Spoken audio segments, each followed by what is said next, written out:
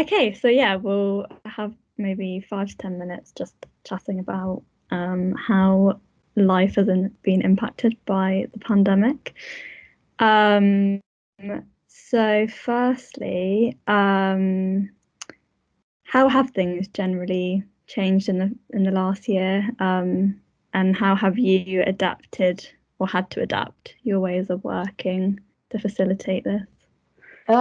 It's been was a bit of a shock to the system initially. We thought, okay, 3 weeks, we can kind of hold out for 3 weeks and we can go back to normal. Yeah, To flatten the curve or whatever the term was at the beginning.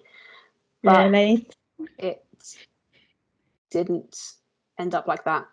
So initially, because we thought it was going to be quite a short period of time, we were put on furlough for a bit because we physically couldn't get out to any shoots. All our shoots got cancelled. And we thought at the time, this might be a short-term thing, as it was kind of being reported by the government and the press. So we thought, okay, let's kind of ride it out and let's kind of see what the situation comes to in May.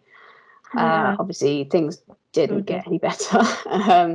So we remained on furlough for a bit, which was quite.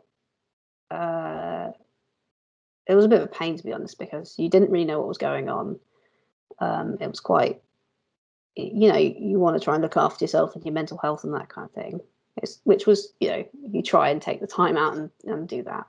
But you do find that when there is not a definitive end in sight, it was quite difficult. But we all kind of came back to work around like over the summer, which was good, and we had some projects going, but we had to change our way of working. So we had to do a lot of remote shooting to begin with, prioritize a lot of animation work as well, because obviously we couldn't go out anywhere because like the rules were starting to ease, but then that was obviously before the next wave and the next wave. So, we managed that way by doing remote recordings.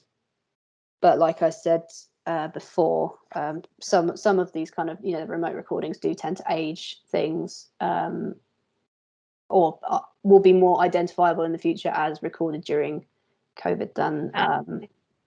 And like you said as well, like it is a normally collaborative project, so your relationship and the way that you can orientate around each other is completely thrown out of kilter, I imagine.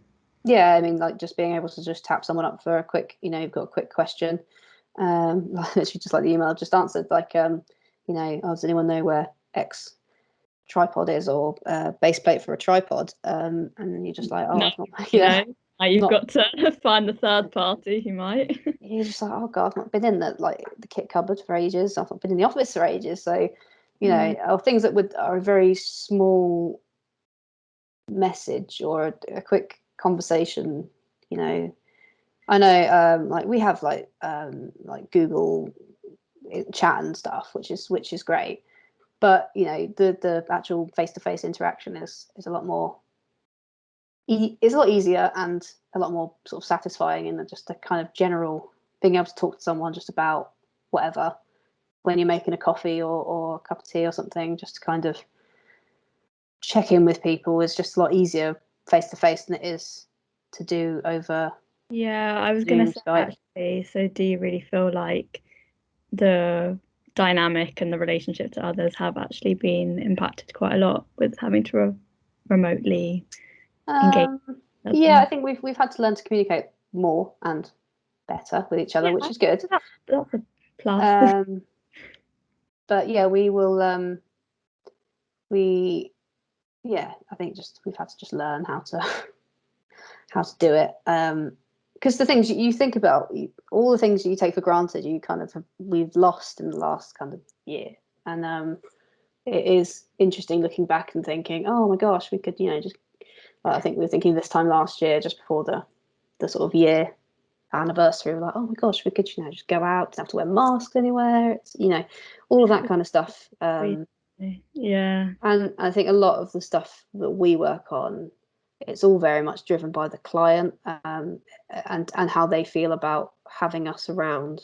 Because I think a lot of companies have just gone, no, we're not having anyone that's outside external kind of people coming in, just because it's, you know, they want to protect their employees or they need to protect their staff. And I know that, you know, people think, you know, obviously you bring in some outside contractors in to film some stuff.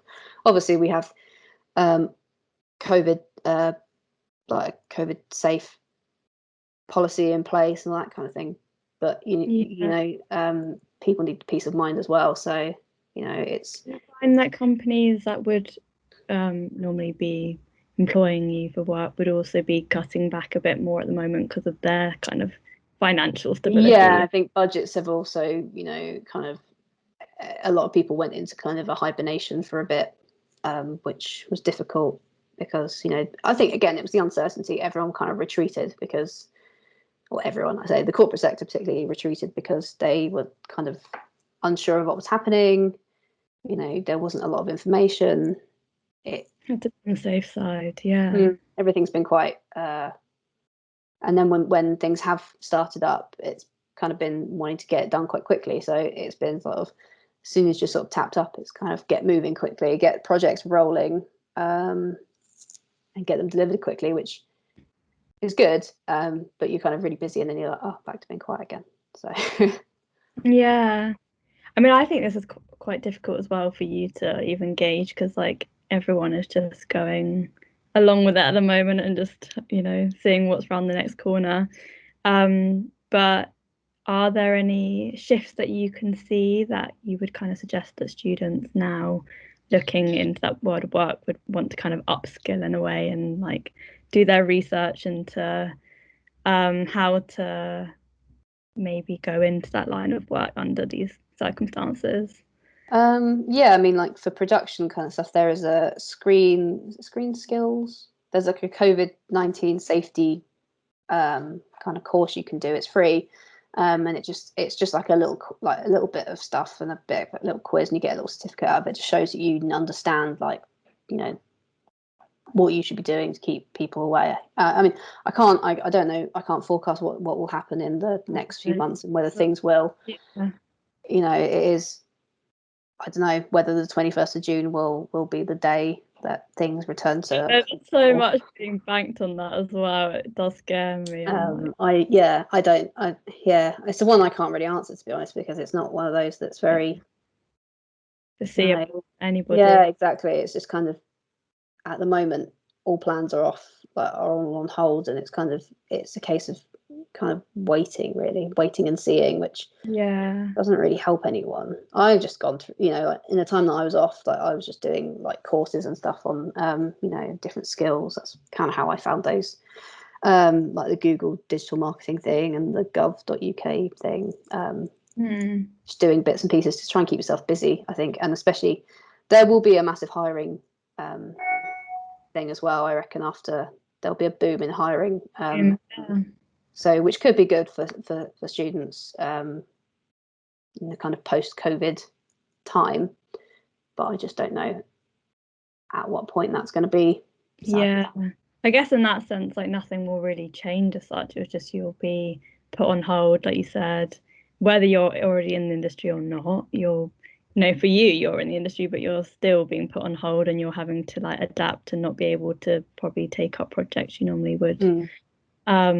And then as soon as you can, it just goes back to normal again. Yeah, I mean, I don't know whether it will be a gentle, gradual return to normal, if it will be a kind of snap back to normal. I honestly don't know. It's if I knew, I would be shouting it from the rooftops, I think. Yeah, be like, it's all going to be fine, don't worry. But yeah, that's kind of as much as I know really on it. And I think we are, and I've spoken to a lot of friends, and we're all just kind of just waiting, like just playing the waiting game, which is a bit depressing.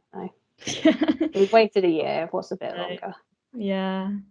All right. Well, yeah, I think that's in terms of pandemic. That's all we can really say. Right. Yeah, I think everyone's got pandemic fatigue now as well. Just talking about it, it's just like. Yeah, no, I don't even want to hear those buzzwords come up. Yeah, I know. Thank you. No, it's all right. You're very welcome. It's it's been a pleasure.